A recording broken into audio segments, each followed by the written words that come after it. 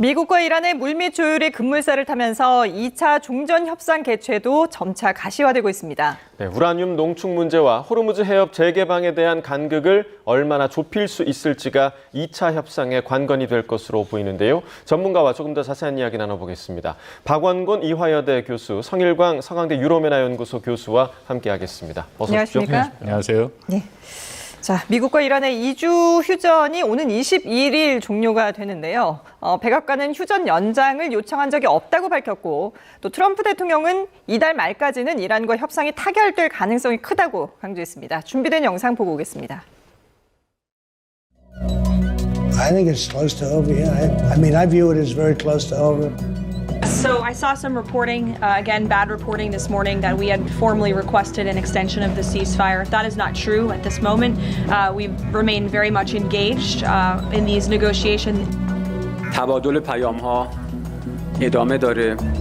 از همان روز یکشنبه که هیئت نمایندگی جمهوری اسلامی ایران به تهران برگشت تا امروز پیام‌های متعددی از طریق واسطه پاکستانی 네, 들으신 것처럼 트럼프 대통령은 전쟁이 거의 끝났다라고 생각한다. 물론 이 발언이 처음은 아닙니다만은 또 이런 발언을 했고, 이란은 미국과 메시지 교환이 계속되고 있다라고 얘기를 했습니다. 이런 걸 보면 일단 양측 모두 적극적으로 2차 협상을 위해서 노력하고 있는 건 맞는 것 같아요. 그렇습니다. 계속해서 지금 1차에서 우리가 결렬됐다는 보도도 있었고 여러 보도들이 있었지만, 이미 파키스탄이 1차에 성공하지 못했을 때 간접 협상이 계속 될 것이다. 우리가 계속 노력하고 있다. 그렇게 얘기를 했기 때문에 상당히 기대를 많이 했습니다. 그래서 그 결과가 지금 조금씩 나오고 있는 것 같고요. 어쨌든 트럼프 대통령이 계속해서 전쟁이 조만간에 끝날 것 같다. 물론 이렇게 얘기한 지가 여러 번 있습니다만, 이번에는 좀 맞기를 바라고요. 그래서 양측에서 지금 계속해서 물밑에서 협상 준비를 하고 있고, 아마 저는 이달 말까지 끝낼 거다 이렇게 했으니까 추가적으로 휴전을 좀 연장해야 될 필요가 있지 않나. 대변인은 그렇게 얘기는 안 했지만 가능성은 아직도 남아있다 보고요. 연장하고 그다음에 협상을 계속 이어가는 방식, 이런 방식으로 가지 않을까 그렇게 생각합니다. 네, 실제로 그 미국 악시오스 보도를 보면 미국과 이란이 기본 합의에 다가갔다. 그리고 기본 합의가 성사가 되면 휴전이 연장될 가능성이 높다. 근데 여기서 얘기하는 기본 합의가 뭘 의미하는 걸까요?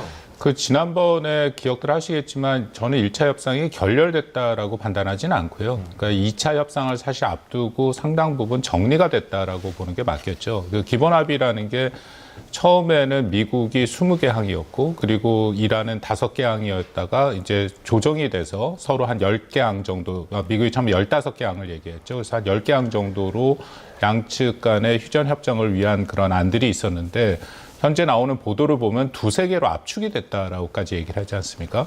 그 2-3개가 확인이 된 것이 이제 기본 합의로 들어갈 수 있다. 그래서 2차 협상은 1차 협상에 비해서 굉장히 좁혀진 상태에서 핵심 사안들, 우리가 곧 말씀을 나눌 거라고 생각합니다만, 예를 들어 농축 우라늄 문제라든지 아니면 호르무즈 해협 문제, 또 현재 진행되고 있는 이스라엘의 레바논 헤즈볼라 공격 문제라든지 이제 그런 것을 중심으로 2-3개 항에 대해서 합의만 하면 되는 거니까, 물론 이것이 합의만 하면 되는 건지 아니면 합의를 앞두고 이게 굉장히 또 민감한 부분이니까 서로 간에 계속해서 합의에 진통이 있을 가능성이 있습니다. 이제 그런 것들을 포함해서 하기 때문에. 근데 지금까지 보면은 1차 협상에서 좀 그런 생각이 들더라고요. 이것이 일종의 트럼프 대통령의 협상술이 아니었을까. 그러니까 최대치를 늘 부르죠. 늘 얘기하는 것처럼 그렇게 하고, 만약에 상대편이 당연히 안 받으면은 일단 깨고 나와라. 그렇게 해서 다음에 자신들이 훨씬 더 영향력을 가진 상태에서 2차 협상을 들어가는 것이고, 그 말이 제가 또 하나의 또 방증이 되는 것이 역봉쇄죠. 왜냐하면 1차 협상을 하는 그 와중에 역봉쇄를 이미 생각했고, 이미 일부 언론에 나왔습니다만 역봉쇄가 하루 이틀 만에 결정된 것은 아니고 상당 기간 준비 기간이 있었고 선택지 중에 하나였는데, 딱 그 시점을 맞춰서 역봉쇄를 걸었다라는 것은 2차 협상과 그 후에 마지막 종전 협상의 마무리 때 확실하게 카드를 더 쥐고 들어가겠다라는 트럼프 대통령의 일종의 보관이었다라고 판단은 됩니다. 자, 이제 조만간 2차 협상이 열릴 것으로 지금 전망되고 있는데, 이 2차 협상 또한 파키스탄에서 열릴 가능성이 상당히 높습니다. 이 중재국 파키스탄을 이끌고 있는 군서열 1위 아심 무니르 원수에 대한 관심 또한 높아지고 있는데요. 함께 보겠습니다. Pakistan. And also, I have to say, my favorite field marshal from Pakistan, who's not here, but the Prime Minister is here, and you're going to give his regards. Where are you? 트럼프 대통령이 가장 좋아하는 야전 사령관이라고 표현한 인물 바로 아심 무니르 국방참모총장 겸 육군참모총장입니다. 군부의 입김이 센 파키스탄에서는 사실상 셰바즈 샤리프 총리보다도 강력한 권력을 갖고 있다는 평가를 받기도 하는데요. 미국과 이란의 1차 협상단을 공항에서 맞이한 인물도 바로 이 아심 무니르 원수였습니다. 자, 이란의 협상단이 도착했던 그 시점, 무니르 원수는 전투복 차림으로 공항에서 협상단을 이렇게 맞이했는데요. 이는 이란의 항전 의지와 또 혁명 수비대의 군인 정신에 존중의 뜻을 표한 거란 해석이 나왔습니다. 자, 반면 미국 협상단이 도착했을 때는 말끔한 양복 차림이었죠. 군에 대한 문민 통제의 원칙이 확고한 미국의 전통을 의식한 것으로 해석되고 있습니다. 어쩌면 양국을 존중하는 이 세심함이 파키스탄을 이번 전쟁을 중재하는 협상의 장으로 만들지 않았나 싶은데요. 다가올 2차 협상에서 트럼프가 가장 좋아하는 야전 사령관은 또 어떤 역할을 하게 될지 관심이 모아집니다. 자, 지금 아심 무니르 원수가 상당히 좀 세심하게 그 중재 역할을 하고 있다라는 느낌을 지금 받고 있습니다. 네, 하여튼 놀랍습니다. 그냥 거의 카멜레온 같은. 한 번은 군복을 입었다가 미국 측에는 또 양복을 입었다가 군인인지 민간인인지 구별할 수 없을 정도의 그런 어떤 모습을 보이고 있는데 어쨌든 사실 파키스탄에서 거의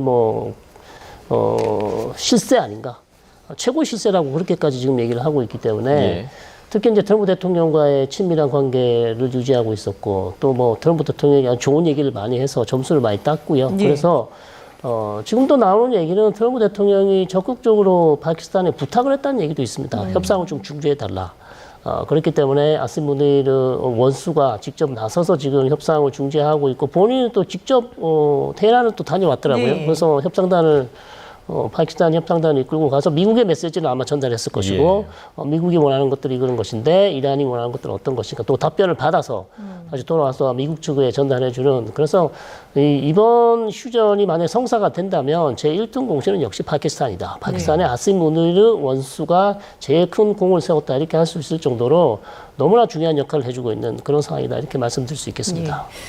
말씀하신 것처럼 이제 이 무니르 총사령관이 미국 측의 안을 들고 테헤란을 가서 이제 조율을 하고 있다 이런 보도들도 나오고 있는데 앞서서 이제 트럼프 대통령이 이틀 안에 뭔가 일이 일어날 수 있다 이런 발언을 하면서 16일쯤 아마 그 시점으로 이틀 뒤가 16일이어서 이때쯤 2차 협상이 열리는 게 아니냐라고 생각을 했었는데 지금 이렇게 이제 조율하는 과정들을 보면은 다음 주까지 넘어갈 수도 있을 것 같은데 어떻게 전망하세요? 그렇습니다. 어쨌든 중요한 것은 21일까지가 휴전 2주간의 기간이니까 그 이전에 열리면 되는 거고요.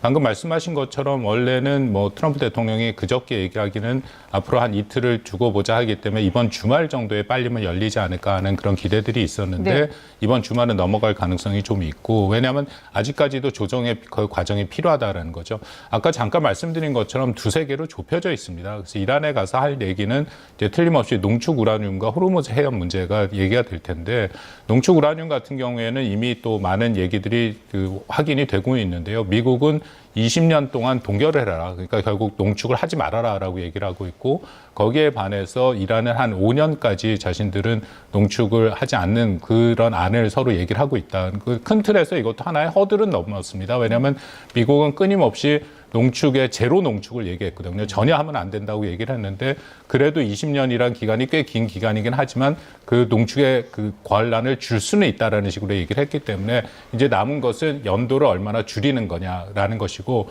또 연도를 줄이는 것 못지않게 중요한 것은 그간에 그렇게 될 경우에 그러니까 국제 원자력 기구죠. IAEA가 이란에 들어가서 전반적인 그 검증을 하는 과정들이 필요하거든요. 또 필요하면 어떤 또 의심되는 그런 지역에서 사찰도 해야 되는 거고 사실은 굉장히 디테일한 것들이 많이 있습니다. 참고로 말씀드리면 2015년에 JCPOA라고 해서 이란 해갑이 공동 행동 계획이 만들어질 때 2년 반의 시간이 걸렸고요. 130페이지가 넘는 그런 합의안이었거든요. 그래서 이번에도 많이 좁히긴 했습니다만 굉장히 그 디테일한 부분들이 아직 남아 있기 때문에 과연 2주 안에 이 모든 것이 될 것인가에 대해서는 조금 의구심은 남아 있습니다. 네. 자, 이렇게 2차 협상 분위기가 무르익고 있는 가운데 트럼프 대통령이 대이란 해상 봉쇄에 협력하지 않으면 무력으로 대응하겠다라는 미 중부사령부의 경고 방송을 SNS에 올리기도 했습니다. 직접 들어보겠습니다. The U.S. has announced a formal blockade of Iranian ports and coastal areas. This is illegal action. Do not attempt to breach the blockade.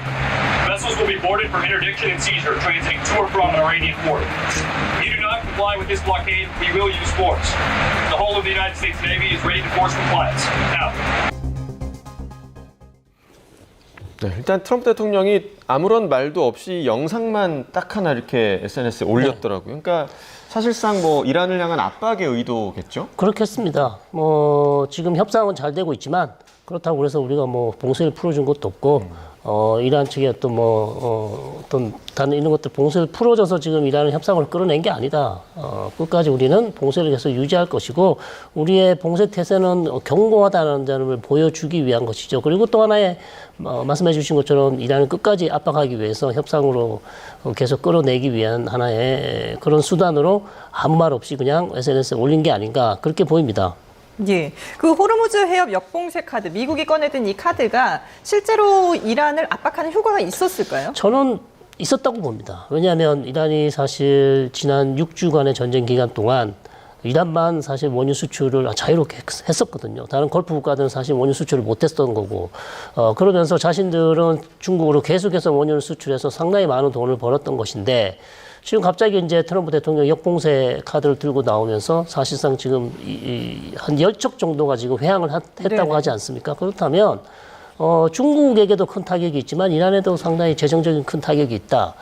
지금 이제 뭐 며칠 되지 않았기 때문에 뭐 이 정도는 감내할 수는 있겠죠. 그러나 이게 만약 길어진다면 이란 입장에서는 상당히 이제 재정적 타격이 크기 때문에 아무래도 빨리 이란 입장에서는 휴전을 해서 이거를 풀어야 될 필요가 있고 만약에 휴전 협상이 잘 안 되면 이란은 또 다른 방안을 강구할 수도 있을 정도로 상당히 이란 입장에서는 뼈아픈 그런 봉쇄라고 할 수 있겠습니다. 네, 미국의 이 역봉쇄 조치에 이란이 이제 맞불을 놓기도 했는데 이란군이 홍해 등 주요 해상 무역로의 추가 봉쇄를 처음으로 언급을 하기도 했습니다. 그 내용도 들어보겠습니다. فرمانده قرارگاه مرکزی حضرت خاتم الانبیا به آمریکا هشدار داد در صورت ادامه محاصره دریای ایران اجازه هیچ صادرات و وارداتی از خلیج فارس، دریای عمان و دریای سرخ داده نخواهد شد. 자, 일단 지금 이 보도 내용에 따르면 홍해 봉쇄 카드를 꺼낼 수도 있다라고 얘기가 나오긴 했지만 또 다른 그 외신 보도를 보면 이란이 미국과의 협상에서 호르무즈 해협의 오만 측을 좀 개방하는 방안을 종전 합의 조건으로 내세웠다. 이러면 이란 측에서 좀 한 발 물러선 거 아닙니까?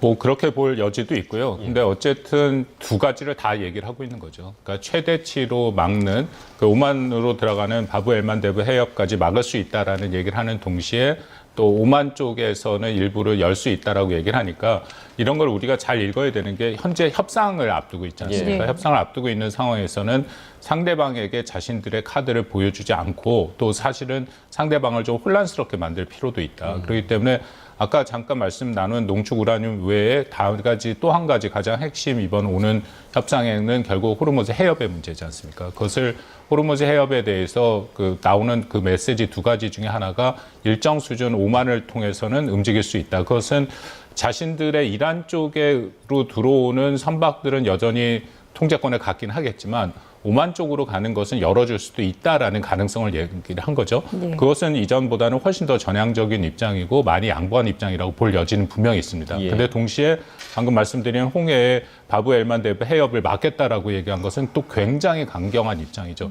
만약 그것을 막게 되게 되면 이것은 전 세계를 불편하게 만드는 것이고 또 나름대로 그런 무기가 자신들한테도 있다. 물론 이제 이란이 이것을 후티 반군을 통해서 하는 것이고 그리고 실질적으로 이행할 가능성은 저는 저는 크다고 보지는 않습니다. 이렇게 되면은 이것은 중국을 비롯해서 한국 모든 세계 많은 국가들이 굉장히 다 직접적으로 개입을 해야 되는 상황이 와야 되는 거고, 전에도 후티 반군이 그 지역을 막았을 때 그런 또 연합적인 전선이 만들어져서 거기에 대해서 군사적인 행위까지도 한 적이 있기 때문에 그것은 일종의 엄포용이라고 생각을 합니다. 다만 중요한 것은 이란도 이렇게 미국의 역공세에 대항하는 그런 모습을 보이고 있다. 역공세가 길어지면 방금 우리 성 교수님 얘기한 것처럼 이란도 어려워질 수 있는 거거든요. 이제 그런 문제들을 놓고 봤을 때 자신들의 카드를 다양화함으로써 협상에서의 좀 주도권을 쥐겠다라는 그런 의도로 읽을 수 있습니다. 예.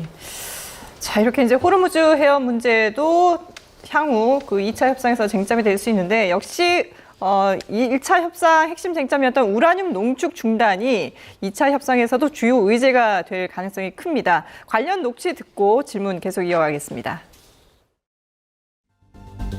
This whole thing is really about no nuclear. They cannot have a nuclear weapon. ולכן ארצות הברית וישראל הגדירו את הוצאת החומר מאיראן כתנאי סף לסיום המערכה. باز تأکید کردیم که جمهوری اسلامی ایران بر اساس نیازهاش باید بتواند غنیسازی رو ادامه بده.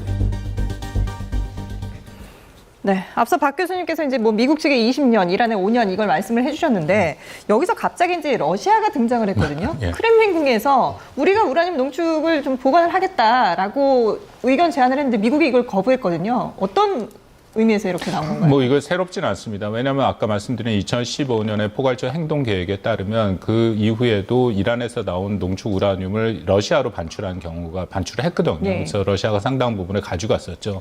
그러니까 이번에도 비슷한 생각으로 이런 러시아가 제안을 했는데, 그때랑 지금이랑은 상황이 많이 다르기 때문에 미국이 정치적으로 이것을 수용할 수 없다. 왜냐하면 일단 일차적으로 그것을 수용하게 되면은 러시아가 이런 핵카드의 실물 보증인이 돼버리는 거지 않습니까? 예. 근데 아시다시피 러시아는 우크라이나랑 전쟁을 하고 있고, 이런 상황에서 러시아가 또 그런 역할을 하게 되면 이 전쟁 이후에 미국이 역시 중재하고 있는 러시아 우크라이나 전쟁에서 러시아에게 카드를 또 주는 그런 상황이 돼버린다라는 것이죠. 그렇기 때문에 이 푸틴에게 또 너무나도 큰 정치적인 승리를 안겨줄 수 있다라고 또 하고, 이것은 유럽에서도 반대하고 미국 국내에서도 반대의 목소리가 나타날 수밖에 없다라는 것이고요. 이제 그런 문제를 놓고 볼 때는 러시아로 보내는 것은 현재로서는 상당히 제한이 될 수밖에 없다라고 생각을 합니다. 네, 자 이렇게 좀 주요 의제들을 중심으로 양측의 신경전이 계속되고 있는 상황인데요.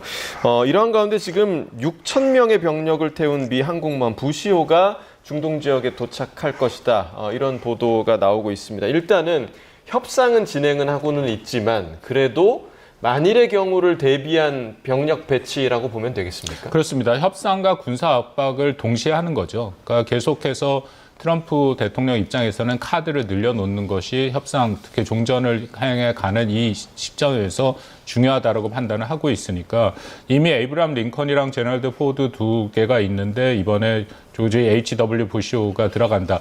근데 들어가는 시점은 아마도 2주 휴전이 끝나는 21일 전후로 지금 생각이 되거든요. 예. 그렇다면은 20일 휴전에 끝나는 상황에서까지 1차적으로 협상이 제대로 타결되지 않을 경우에는 이것을 플랜 B 같은 식으로 실제적으로 군사력을 사용할 수 있다라는 것을 보여준다라고 생각을 합니다. 이게 항모전단, 세전단 정도 들어가면은 그 공습작전, 기존에 보여줬던 대규모 공습 외에도 제한적이긴 하지만 그 상륙 준비단과 결합돼서 지상작전도 가능하거든요. 그러니까 계속 우리가 얘기했던 하그섬 점령을 비롯해서 7가지 시나리오로 많이 얘기됐던 그런 것들이 실질적으로 이행될 여지도 있기 때문에 이제 그런 식으로 뭐 실제 이행될 여지가 있다고 실제 이행하는 거랑은 다르다라고 네. 생각을 합니다만, 어쨌든 그런 식의 압박을 보이고 있다라고 판단이 됩니다. 압박을 하고 있다. 자, 이런 가운데 다음 달 14일이죠. 베이징에서 열릴 미중 정상회담을 앞두고 트럼프 대통령은 시진핑 주석과 서한을 주고받았다고 밝혔습니다. 트럼프 대통령의 얘기 듣고 오겠습니다. He's somebody I get along with very well. He just wrote me a beautiful letter. He wrote you a letter? Yeah, he did. He responded to a letter that I wrote because I had heard that China is giving weapons to, I mean, you're seeing it all over the place, to Iran, that China is Did he giving say he's weapons. giving them? Yeah, and I wrote him a letter asking him not to do that. And he wrote me a letter saying that essentially he's not doing that. 네. 자신이 시 주석에게 편지를 썼고 거기에 대한 답변을 받았다라고 하면서 또 SNS에는 중국은 자신이 호르무즈 해협을 영구적으로 개방하려는 것에 기뻐하고 있다. 네. 그래서 자기가 중국을 가면 시진핑 주석이 자기를 안아줄 것이다. 뭐 이런 얘기까지 써놨더라고요. 네, 뭐 편지 좋아하지 않습니까? 김정은하고도 편지 자주 보내고 했기 때문에 이번에 뭐 처음은 아닌 것 같고 사실 이제 최근에 그 중국이 이란에게 어떤 지대공 미사일, 그러니까 어깨에다 얹어서 쏠 수 있는 맨패드라는 지대공 미사일을 제공할 수 있다 이런 보도가 났었고, 자 이런 부분을 이제 트럼프 대통령이 보도를 보고 그거는 안 된다라고 얘기를 하고 지금 아마 중국 측과 아마 대화를 한 것 같아요. 네. 그래서 이란 쪽에 무기를 줘서는 안 된다. 특히나 지금 전쟁이 아직 끝나지도 않은 상황에서 또 우리의 전투기들을 위협할 수 있는 그런 무기는 위험하다. 그러니까 거기에 또 시진핑 주석이 아마 화답을 한 것 같고요. 그래서 무기를 안 주겠다 또 얘기를 했고, 최근에 또 왕이 외무장관인가요? 중국에 그쪽에서 또 성명을 발표해서 이란 측에다가 빨리 호르무즈 해협을 개방해라. 자유롭게 지나갈 수 있도록 개방하는 게 낫다는 그런 얘기를 했다는 보도도 있습니다. 그래서 아마 지금 이 상황은 정상회담을 앞두고 중국이 적극적으로 지금 미국의 어떤 도움에 화답을 하는 게 아닌가. 저 이란을 좀 압박해달라는 요청에 적극적으로 좀 화답하는 그런 모양새를 보이고 있어서 오히려 이제 협상 분위기가 더 나아지지 않을까 저는 그렇게 예상을 해봅니다. 네. 그러니까 물론 더불어서 한두 가지 더 메시지가 있다고 생각이 되는데요. 예를 들어서 이렇게 얘기를 해버리니까 중국이 만약에 이란에 무기를 저는 보낸다고 생각지는 않은데 이중용도 물품이 넘어가고 있다고 생각이 되는데요. 혹시라도 그렇게 될 경우에는 트럼프 대통령 자기를 거짓말쟁이로 만드는 거니까 일종의 중국을 압박하는 메시지가 저 안에 당연히 담겨 있다고 판단이 되고, 또 하나는 이런 과장된 표현을 통해서 자기가 현재는 이란 전쟁만 하고 있지만 사실상 미국이 가장 관심을 갖고 초점을 맞추고 있는 것은 중국 견제지 않습니까? 그러니까 본인은 미국과 중국 양쪽을 다 다룰 수 있는 일종의 뭐 빅딜 메이커다라는 그런 이미지도 형성하고 있다라고 판단이 됩니다. 예. 근데 이제 물론 이제 미중 정상회담을 앞두고 있는 그런 시점이긴 하겠지만 일단 중국은 이란의 우방국이잖아요. 그랬을 때 이 서한을 좀 어떻게 해석해야 할지 좀 어떻게. 근데 사실은 방송에서 트럼프 대통령이 얘기를 하긴 했습니다만 서한의 정확한 내용 같은 경우에는 잘 확인이 안 되죠. 그리고 뭐 그렇다고 해서 중국이 그것이 뭐 맞느냐 틀리냐 그런 얘기를 할 가능성은 크진 않은데 중국의 입장에서는 썩히 유쾌한 그런 서한은 아닐 거라고 생각합니다. 그리고 왜냐하면 일단 정상 간의 서한이라는 것은 아까 우리 성 교수님도 얘기하셨지만 트럼프 김정은의 서한도 그렇고 그것은 개인적인 서한이기 때문에 외부에 공개를 하면 안 되는 것이 외교의 규범입니다. 근데 트럼프 대통령은 김정은과의 서한도 다 공개를 했죠. 무슨 러브레타라는 식으로 얘기를 했고, 이번에도 비슷하게 이런 서한의 내용들에서 뭐 중요한 내용들이지 않습니까? 만약 트럼프 대통령의 표현과 서한에 정말 그런 내용이 다 있다면 상당히 의미 있는 건데 그것을 공개 장소에서 얘기한 것에 대해서 당연히 중국이 편하게 생각할 가능성은 없다고 봅니다. 예. 자, 뭐 트럼프 대통령이 이런 뭐 언론 인터뷰도 많이 하고 있고, 그리고 또 자신의 SNS에도 게시물들을 상당히 많이 올리면서 여기에 대한 또 이제 평가들도 많이 나오고 있는데, 자신을 예수에 비유한 이미지를 올렸다가 신성 모독이란 비판을 받고 게시물을 삭제하기도 했던 트럼프 대통령이 이번에는 지금 화면에 보시는 것처럼 자신이 예수에게 안겨 있는 장면이 담긴 AI 합성 이미지를 공유를 했습니다. 그러니까 본인이 작성한 건 아니고 이걸 이제 누군가가 올린 거를 공유를 했는데, 글쎄요, 이게 지금 기독교와 관련해서 계속해서 이런 게시물들이 자신에 대해서 비난이라든지 비판의 목소리가 커지고 있다는 걸 알고 있을 텐데 이걸 계속해서 이렇게 올리는 이유는 뭘까요? 멈출 수가 없는 것 같습니다. 계속 가는 것 같은데 하면 할수록 계속 의혹은 커지죠. 비판도 커질 수밖에 없고. 근데 보시면 만회를 하려고 하는 것 같아요. 왜냐하면 이제 저기 보시면 사진을 보시면 예수님이 자기를 이렇게 어깨에 손을 얹어서 기도해 주는 듯한 모습. 그러니까 이전 사진보다는 훨씬 나아졌죠. 내가 예수님으로부터 기도를 받는 사람이다. 나 의지하는 사람이다. 그렇기 때문에 내가 어떤 처음에 이전에 있던 사진은 잘못된 거다. 그러니까 나 그런 사람 아니다. 좀 잘 봐달라. 아마 그런 식으로 생각을 하고 올린 것 같은데, 어쨌든 올리면 올릴수록 논란은 계속되고 또 다른 논란을 낳는 참 안타까운 그런 현상이 아닐 수 없네요. 예, 지금 뭐 말씀하신 대로 만회하려고 올린 거라면 실패한 게시물이 아닐까 생각도 좀 드는데, 이런 그 종교적인 색채를 계속해서 드러내는 것, 그리고 얼마 전에 이제 교황과의 양측 간의 설전도 조금 있지 않았었습니까? 이게 과연 뭐 중간 선거를 앞두고 11월에 중간 선거를 앞두고 트럼프 대통령에게 득이 될지 어떻게 좀 해석하십니까? 득이 되지 않죠. 예. 당연히. 근데 그럼에도 트럼프 대통령이 결코 물러나지 않는다라는 것은 자기 지지층들을 향한 메시지도 있다라고 생각이 됩니다. 트럼프 대통령의 그 지지층 마가 그룹이라고 하는 그 지지층들은 트럼프 대통령에 대한 믿음이 굉장히 강한 그런 아주 차돌 같은 지지층들이죠. 그렇기 때문에 트럼프 대통령의 이 메시지는 트럼프만이 미국과 신앙을 지킨다라는 일종의 서사를 얘기를 하고 있는 것이고 거기에 대해서 동의를 얻어내고 있다라고 판단이 됩니다. 그러니까 이런 거죠. 공권력과 세속 엘리트 심지어는 교황을 좌파라고 몰고 있으니까 좌파의 교황에게 그렇게 공격을 받지만 자신은 미국의 제대로 된 신앙을 위해서 싸워주는 지도자다라는 식으로 자신을 포장하고 있다라고 판단이 됩니다. 그 이미지를 한 차례 지웠다가 다시 올린 것 이것도 아무리 비판이 쏟아져도 자기는 물러나지 않는다라는 이제 그런 메시지도 그 안에 있거든요. 근데 문제는 방금 말씀하신 것처럼 이게 11월 중간 선거도 있고 그런데 이것이 공화당한테 결코 도움이 되지 않죠. 그러니까 지난번 선거 결과도 보면은 백인 카톨릭층들이 사실상 트럼프 대통령을 상당 부분 지지를 했습니다. 근데 지금 이런 상황이 온다면은 그 지지층의 일부가 등을 돌릴 가능성이 매우 크다라는 것이고요. 제이디 벤스 같은 경우에도 카톨릭 신자로 알려졌는데 사실은 트럼프 대통령의 편을 들면서 교황을 또 공격을 했거든요. 이런 것들이 전반적으로 트럼프 대통령의 공화당에게는 유리한 상황은 분명히 아니다라는 것은 분명해 보입니다. 예. 지지층 결집을 시도하는 노력이다라고 말씀해 주셨는데 그게 효과가 있었던 걸까요? 이 지금 미국 상원에서 트럼프 대통령한테 이제 이란 전쟁을 그만하라라고 하는 결의안이 올라갔는데 이게 부결이 됐어요. 그렇습니다. 그러니까 뭐 지금 미 의회에서도 상원에서도 이 전쟁을 빨리 끝냈으면 좋겠다는 생각들이 아마 공감대가 형성된 것 같은데 이걸 이제 결의안이 결국은 뭐 통과되지 못하고 부결됐다는 어쨌든 공화당 쪽에서는 여전히 일부는 지지하고 있다는 것이기 때문에 어쨌든 대통령이 지금 전쟁을 하고 있는 상황에서 상원 쪽에서 이것을 마치 전쟁이 불법적이다 아니면 전쟁을 중단시켜야 된다 이런 식의 어떤 표결이 되는 것에 대한 어떤 공화당 측에서는 여전히 전쟁이 계속되고 있기 때문에 그래도 끝까지 대통령이 전쟁을 끝낼 수 있도록 믿어줘야 되지 않겠냐라는 그런 생각들이 강했던 것 같아요. 그렇기 때문에 부결이 됐다. 저는 뭐 그렇게 보고 있습니다. 예.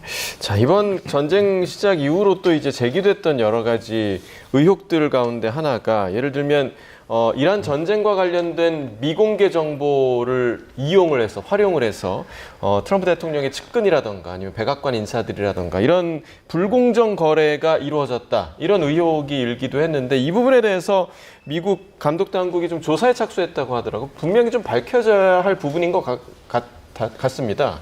왜냐하면 트럼프 대통령이 워낙 말을 많이 바꾸고 거기에 따라 주식 시장이 뭐 미국뿐만 아니라 한국 전 세계가 출렁거렸으니까 그 상황에서 이게 결코 그렇다고 뭐 트럼프 대통령이 직접 개입을 해서 주식 시장에서 뭐 선물 거래를 했다든지 그런 얘기는 아닌 거고요. 이제 전체적인 흐름을 보니까 이상한 자금의 흐름이 보인다. 예를 들어서 이런 거죠. 트럼프 대통령이 갑자기 2주간의 휴전을 발표를 했습니다.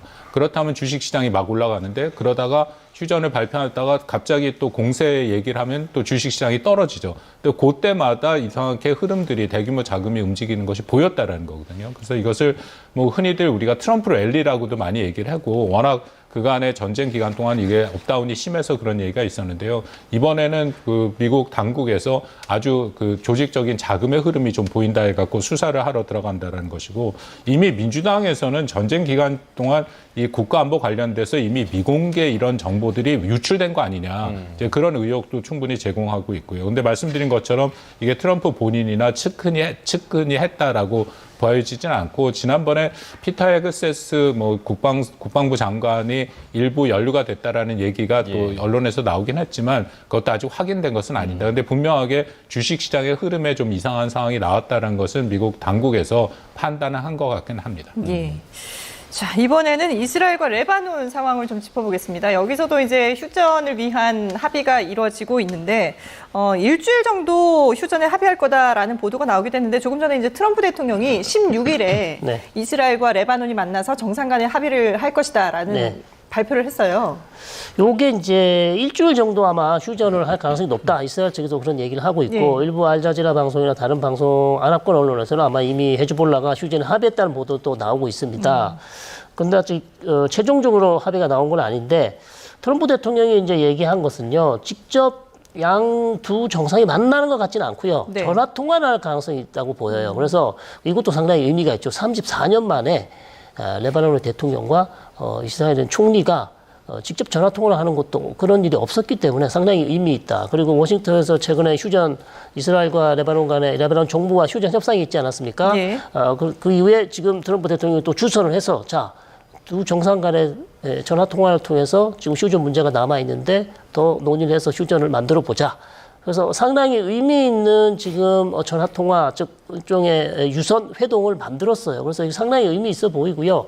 다만 이제 헤즈볼라를 비무장화시킨다거나 남아 있는 이런 문제들을 해결하기에는 여전히 역부족이다. 네. 그렇기 때문에 레바논이라는 국가가 정상화되고 이스라엘과의 뭐 휴전이 아니고 아예 평화협정을 앞으로 맺어야 될 텐데 그것을 하려면 아직 갈 길은 더 멀다 이렇게 보입니다. 네, 어쨌든 이 회담에서는 그렇게 평화협정이라던가 평화협정은 아니지만 휴전 정도가 결정될 가능성이 지금 크다고 전망이 되고 있고 지금 이스라엘이 레바논을 공습했을 때 그 레바논 기자가 사망을 했는데 헤즈볼라 요원으로 보이도록 이 이미지를 조작해서 또 발표를 했더라고. 이 부분이 또 논란이 되고 있어요. 이게 이제 사실상 논란이 많은데요. 이게 이제 헤즈볼라뿐만 아니고 사실 가자 지구에서 이런 일이 있었어요. 그러니까 가자 지구 언론인 중에서 이스라엘이 표적으로 아니면 어떻든 암살을 한 이스라엘 공격으로 사망한 기자들이 있는데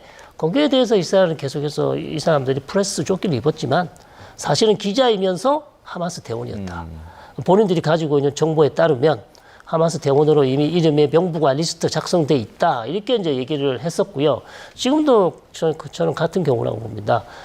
이스라엘 정보부 판단으로는 이 사람은 프레스 기자 활동도 하고 있지만 기자 활동을 하면서 이스라엘 군의 위치나 탱커의 위치나 이스라엘 군의 움직임을 정보를 취합해서 헤즈볼라 쪽에 건네준 거 아니냐.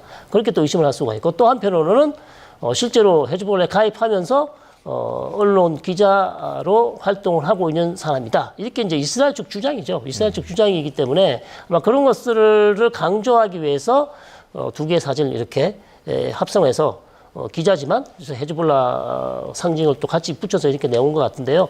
문제는 이것이 이제 국제사회가 알 수 있도록 확실히 이 사람이 헤즈볼라 대원이라는 증거를 보여줘야죠. 예. 증거를 보여주지 않고 먼저 살해한 다음에 계속해서 이걸 주장한다면 계속해서 이거는 이스라엘 국제사회에서 언론인들, 기자를 공격한다. 그것도 의도적으로 공격하는 거 아니냐. 그리고 보도를 받기 위해서 공격하는 거 아니냐. 이런 비난을 살 수밖에 없는 그런 상황입니다. 예. 자, 이번에는 북한 관련된 소식 잠깐 또 짚어보겠습니다. 북한이 김정은 국무위원장의 할아버지죠. 김일성 주석의 생일을 맞아 공개한 영상에서 미국 공습으로 사망한 아버지 하메네이의 영상을 공개했는데요. 화면 함께 보겠습니다. 지난 15일 조선중앙TV가 방영한 기록영화를 보여드리고 있습니다. 북한 평양공항을 통해 각국의 정상들이 잇따라 도착을 하고 있는데요. 북한 매체는 당시 상황을 이렇게 설명하고 있습니다. 들어보시죠. 만민이 우르르 징성하는 위대한 수령님의 사상과 용도에서 나아갈 길을 찾으려고 세계 여러 나라에서 친선사절들이 수령님을 끊임없이 찾아왔습니다. 네. 그리고 이어서 등장하는 사람, 왼쪽 사람을 보시면요. 바로 이번 미국의 장대한 분노작전 공습으로 숨진 아버지 하메네이입니다. 큰 키에 지팡이를 들고 김일성과 나란히 서 있는 모습입니다. 북한 매체는 당시 북한을 공식 방문했다고 설명했습니다. 지난 1989년 5월 북한 노동신문을 보면 더 자세한 내용이 담겨 있는데요. 당시 이란의 대통령이던 하메네이가 방북해서 김일성 수령과 뜨거운 악수를 나눴다며 정상회담을 갖고 성대한 연회도 베풀었다고 이란과의 친분을 과시했습니다. 네, 북한이 공개한 영상을 보면 물론 이제 여러 세계 각국의 지도자들이 참 북한을 방문했다. 이걸 이제 뭐 보여주긴 했습니다만은 특히 이제 하메네이 관련 부분도 상당히 좀 분량이 돼서 상당히 눈길을 끌었거든요. 어떻게 해석을 해야 될까요? 다분히 의도적이죠. 그러니까 북한에서 나오는 모든 매체, 특히 기록 영화 같은 경우에는 당연히 거기에 정치적 메시지를 담고 있다. 근데 말씀하신 것처럼 김일성 생일 4월 15일을 기념했다라는 것, 또 하메네이가 공습으로 사망을 했다라는 것 두 가지가 연계돼서 볼 때 이것은 이제 메시지가 분명히 있는데요. 하나는 미국에 대한 간접적인 비판이죠. 그러니까 이란과 북한은 어떻게 보면 세계에서 가장 오래된 반미 국가로서 또 양국이 그렇게 해서 서로 간에 공동 전선을 이루지 않습니까? 네. 이제 그런 면에서 미국에 대한 비판이고 또 하나는 이란 민심을 향해서 우리는 당신들 편이다라는 것을 또 보여준 이제 두 가지의 메시지라고 판단이 되는데 주민들한테는 김일성 시대부터 이렇게 미국과 맞서 싸워온 세계 반미 전선의 중심에 바로 이런 자신들의 국가 북한이 있다라는 것을 보여주는 이제 그런 기록 영화를 상영했다라고 판단이 됩니다. 예, 알겠습니다. 다분히 의도적인 영상이다라고 평가를 해주셨습니다. 네, 지금까지 여러 가지 중동 상황과 관련된 문제들 박원권 이화여대 교수 그리고 성일광 서강대 유럽연화 연구소 교수와 함께 분석해봤습니다. 잘 들었습니다. 그렇습니다.